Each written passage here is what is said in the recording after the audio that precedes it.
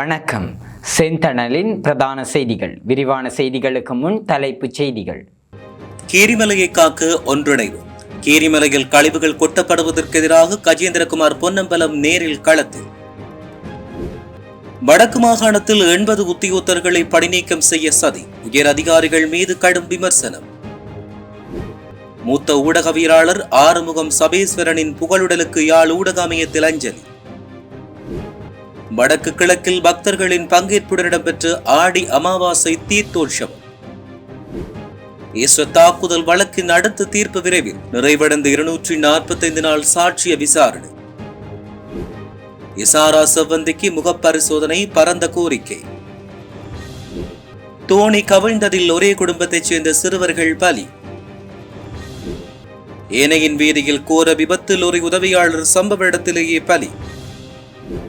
கடும் காற்று சீரும் கடல் நாளை வரை தொடரும் ஆபத்து. ஹார்முஸ் நீரிணை அமெரிக்காவின் கட்டுப்பாட்டில், இப்படி கூறுகிறார் டொனால்ட் ட்ரம்ப். மீண்டும் உலக சந்தையை உயர்ந்தது கச்சா எண்ணெய் விலை. ஈரான் தாக்குதல் அச்சுறுத்தல். ரகசிய விமானத்தில் ஏறி ஐக்கிய ராஜ்யத்துக்கு பறந்தார் டொனால்ட் ட்ரம்ப். தொடர்பென விரிவான செய்திகள்.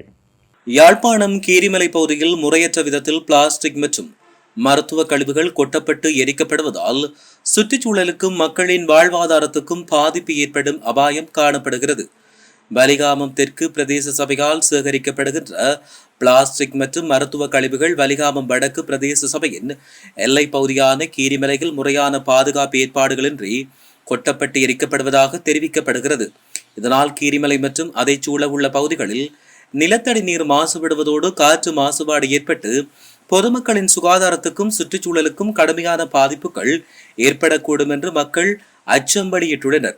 இந்த நிலையில் குறித்த சுற்றுச்சூழல் பாதிப்புக்கு எதிராக மக்களிடையே விழிப்புணர்வை ஏற்படுத்தும் வகையில் தமிழ் தேசிய மக்கள் முன்னணியின் தலைவரும் கௌரவ பாராளுமன்ற உறுப்பினருமான கஜேந்திரகுமார் பொன்னம்பலம் கீரிமலை பகுதிக்கு நேரில் சென்று மக்களை சந்தித்தார்.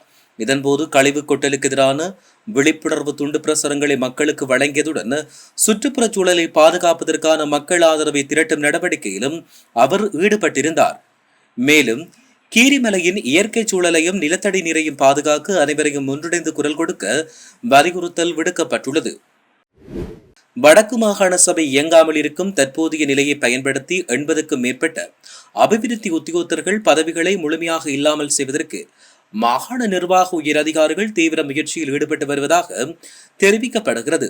வடமாகாண சபைக்குட்பட்ட திணைக்களங்களால் முன்னெடுக்கப்படும் அபிவிருத்தி திட்டங்களை நேரடியாக கண்காணிப்பதற்காக கடந்த 2006ஆம் ஆண்டு 82 அபிவிருத்தி உத்தியோகத்தர் பணியிடங்கள் புதிதாக உருவாக்கப்பட்டன.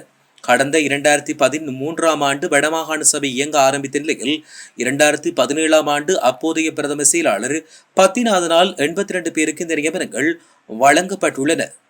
வடக்கின் அபிவிருத்தி திட்டங்களில் மிக வினைத்திறனாக செயற்பட்ட அபிவிருத்தி உத்தியோகத்தர்களை தற்போதைய உயர் அதிகாரிகள் இவ்வாறு அலைக்கழிக்க வைப்பதும் அவர்களை மன உளைச்சலுக்கு உள்ளாக்குவதும் பல்வேறு தரப்பிடத்திலேயே கடுமையான அதிருப்தியை ஏற்படுத்தியுள்ளதாக தெரிவிக்கப்பட்டுள்ளது. மூத்த ஊடகவியலாளர் ஆறுமுகம் சபேஸ்வரனின் புகழுடலுக்கு யாழ் ஊடக அமையத்தில் கண்ணீர் மல்க இறுதி அஞ்சலி செலுத்தப்பட்டுள்ளது. யாழ் ஊடக அமையத்தின் தலைவராகவும் யாழ் தினக்குரல் பத்திரிகையின் ஆசிரியராகவும் செயற்பட்ட மூத்த ஊடகவியலாளர் ஆறுமுகம் சபேஸ்வரன் உடல்நலக்குறைவின் காரணமாக கனடாவில் தனது 46வது வயதில் கடந்த 29ஆம் தேதி காலமானார். அவரின் புகழுடல் நேற்று அதிகாலை நாட்டுக்கு கொண்டுவரப்பட்ட நிலையில் நேற்றிரவு யாழ் ஊடக அமையத்தில் இறுதி அஞ்சலி செலுத்தப்பட்டுள்ளது. இதன்பொழுது ஊடகவியலாளர்கள், ஊடக பணியாளர்கள், விரிவுரையாளர்கள், சிவில் சமூக பிரதிநிதிகள் என பலரும் இதில் கலந்து கொண்டு தமது அஞ்சலியை செலுத்தியிருந்தனர். வரலாற்று சிறப்புமிக்க மட்டக்களப்பு அமிர்தகளி ஸ்ரீ மாமாங்கேஸ்வரர் ஆலயத்தின் வருடாந்த மகோற்சவத்தின் சிகர நிகழ்வான ஆடி அமாவாசை தீர்த்தோற்சவம் இன்று மதியம் 12 மணிக்கு ஆலய தீர்த்தக்கணியில் பல்லாயிரக்கணக்கான பக்தர்கள் புடைசூழ வெகு விமர்சையாக நடைபெற்றது. கடந்த 3ஆம் தேதி கொடியேற்றத்துடன் ஆரம்பிக்கப்பட்ட இந்த பெருவிழாவின் 10ஆம் நாளான இன்று ஆடி அமாவாசை தினத்தில் தீர்த்தோற்சவம் இனிது இடம்பெற்றது. ஆலயத்தில் இடம்பெற்ற விசேட அபிஷேக பூஜை வழிபாடுகளை தொடர்ந்து வசந்த மண்டப பூஜை நடைபெற்று சுவாமி வெளிவீதி உலா வந்து வேத பாராயணங்கள் முழங்க பக்தர்களின் அரோகரா கோஷத்துக்கு மத்தியில் மாமாங்கேஸ்வர தீர்த்தக்கணியில் தீர்த்தோற்சவம் நடைபெற்றதாக தெரிவிக்கப்பட்டுள்ளது. நவ்ஃபர் மௌலவி உட்பட 24 பிரதிவாதிகளுக்கு எதிரான ஈஸ்டர் ஞாயிறு பயங்கரவாத தாக்குதல் வழக்கின் தீர்ப்பு விரைவில் அறிவிக்கப்பட உள்ளதாக தெரிவிக்கப்படுகிறது. அரசு தரப்பின் இறுதி சாட்சியங்கள் நேற்றிரவு சமர்ப்பிக்கப்பட்ட நிலையில் இந்த உத்தரவானது பிறப்பிக்கப்பட்டுள்ளது. கிட்டத்தட்ட 5 ஆண்டுகளில் 245 நாட்கள் நீடித்த அரசு தரப்பு வழக்கு நேற்று முடிவடைந்தது. இந்த வழக்கு மேல் நீதிமன்ற நீதிபதி நவரத்ன மாரசிங்க, சுஜீவ நிசங்க மற்றும் ராமதானந்த் கண்ணன் உள்ளிட்ட பிற மேல் நீதிமன்ற நீதிபதிகளை உள்ளடக்கிய கொழும்பு நிரந்தர மூவர் அடங்கிய மேல் நீதிமன்றத்தின் முன் விசாரிக்கப்படும் என தெரிவிக்கப்பட்டுள்ளது. இசாரா செவ்வந்தியை முகப்பரிசோதனைக்காக அரசாங்க பகுப்பாய்வாளரிடம் அனுப்புவதற்கு அனுமதிக்குமாறு கொழும்பு குற்றப்பிரிவு நீதிமன்றத்திடம் கோரிக்கை விடுத்துள்ளது. இந்த வழக்கு நேற்று விசாரணைக்கு எடுத்துக் கொள்ளப்பட்ட போது சந்தேக நபரை எதிர்வரும் 21ஆம் தேதி வரை விளக்கமறியலை வைக்குமாறு கொழும்பு மேலதிக நீதிவான் லியான் வருஷ விதான உத்தரவு பிறப்பித்துள்ளார். சுமார் 9 மாதங்களாக கொழும்பு குற்றப்பிரிவால் தடுத்து வைத்து விசாரணைக்குட்படுத்தப்பட்டு வந்த சந்தேக நபர் நீதிமன்றத்தில் முன்னிலைப்படுத்தப்பட்ட பின்னர் காவல்துறையினர் சமர்ப்பித்த விடயங்களை பரிசீலித்த நீதிவான் இந்த உத்தரவினை பிறப்பித்துள்ளார்.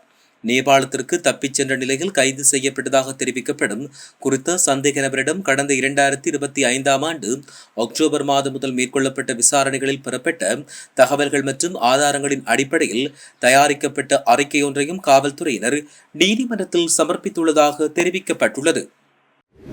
புத்தளம் கற்பிட்டி குரக்கன்ஹேன பகுதியில் உள்ள களப்பொன்றில் பயணித்த தோணி கவிழ்ந்ததில் ஒரே குடும்பத்தைச் சேர்ந்த சகோதரனும் சகோதரியும் நீரில் மூழ்கி உயிரிழந்துள்ளனர். உயிரிழந்தவர்கள் 7 வயது சிறுமி மற்றும் அவரின் 15 வயது சகோதரர் என்று அடையாளம் காணப்பட்டுள்ளனர்.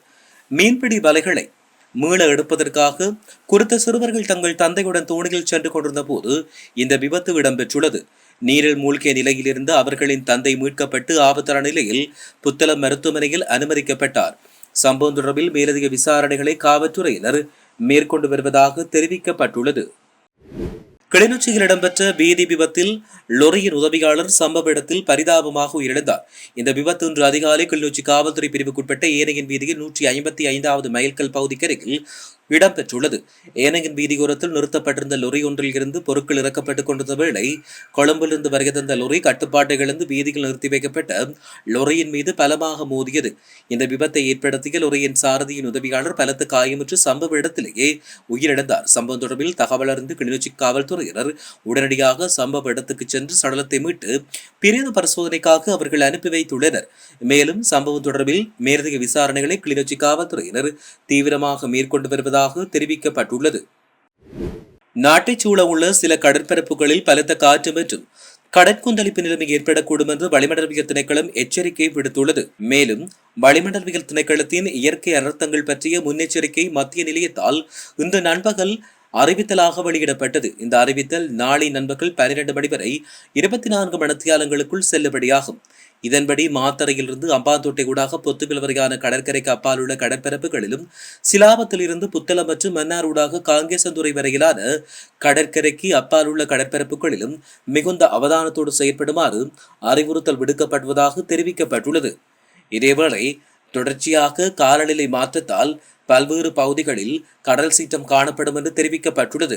அத்துடன் நிலவும் பலத்த காற்று மற்றும் கடல் கொந்தளிப்பு காரணமாக குறித்த கடற்பரப்புகளில் மீன்பிடி மற்றும் கடற்பயண நடவடிக்கையில் ஈடுபடும் மக்கள் மிகுந்த அவதானத்துடனும் விழிப்புடனும் செயற்படுமாறும் அறிவுறுத்தல் விடுக்கப்பட்டுள்ளது. இனி சர்வதேச செய்திகள். ஹார்முஸ் நீரிணை இப்போது அமெரிக்க இராணுவத்தின் முழுமையான கட்டுப்பாட்டில் உள்ளதாக அமெரிக்க ஜனாதிபதி டொனால்ட் ட்ரம்ப் தெரிவித்தார்.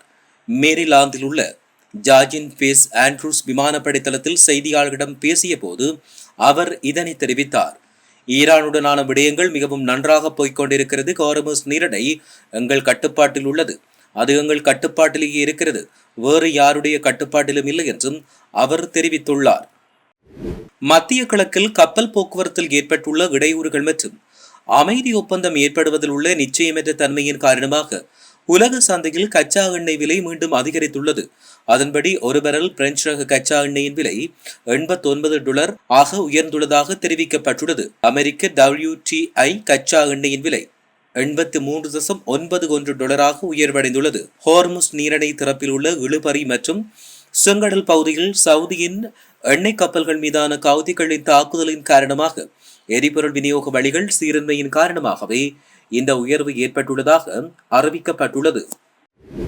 ஈரானின் தாக்குதல் அச்சுறுத்தலின் காரணமாக துருக்கியிலிருந்து ரகசிய விமானம் மூலம் வெளியேறியதாக அமெரிக்க ஜனாதிபதி டொனால்ட் ட்ரம்ப் தெரிவித்தார். கடந்த ஜூலை மாதம் துருக்கியிலிருந்து திரும்பும் பயணத்தின் போது இந்த ரகசிய பயணம் இடம்பெற்றதாக டொனால்ட் ட்ரம்ப் தெரிவித்தார். அமெரிக்காவின் ரகசிய சேவை மற்றும் இராணுவம் தான் இந்த முடிவை எடுத்தது. அவர்கள் என்னை வேறு விமானத்தில் செல்லச் சொன்னார்கள். வெளியில் ஏதோ அச்சுறுத்தல் இருந்ததாக நான் நினைத்தேன். உண்மையில் நான் பயணம் செய்த விமானத்துக்குள் தான் அதிக ஆபத்து இருந்ததென்று நான் நினைக்கிறேன். ஏனென்றால் அவர்கள் குறிவைக்க அதிக வாய்ப்புள்ள விமானம் அதுவாகத்தான் இருக்கும் என நான் கருதுகிறேன் என்று தெரிவித்தார். இதுகுறித்து அமெரிக்க பத்திரிகைகளில் செய்திகள் வெளியிடப்பட்டுள்ளமையும் குறிப்பிடத்தக்கது. இத்துடன் செய்திகள் நிறைவடைகின்றன. வணக்கம்.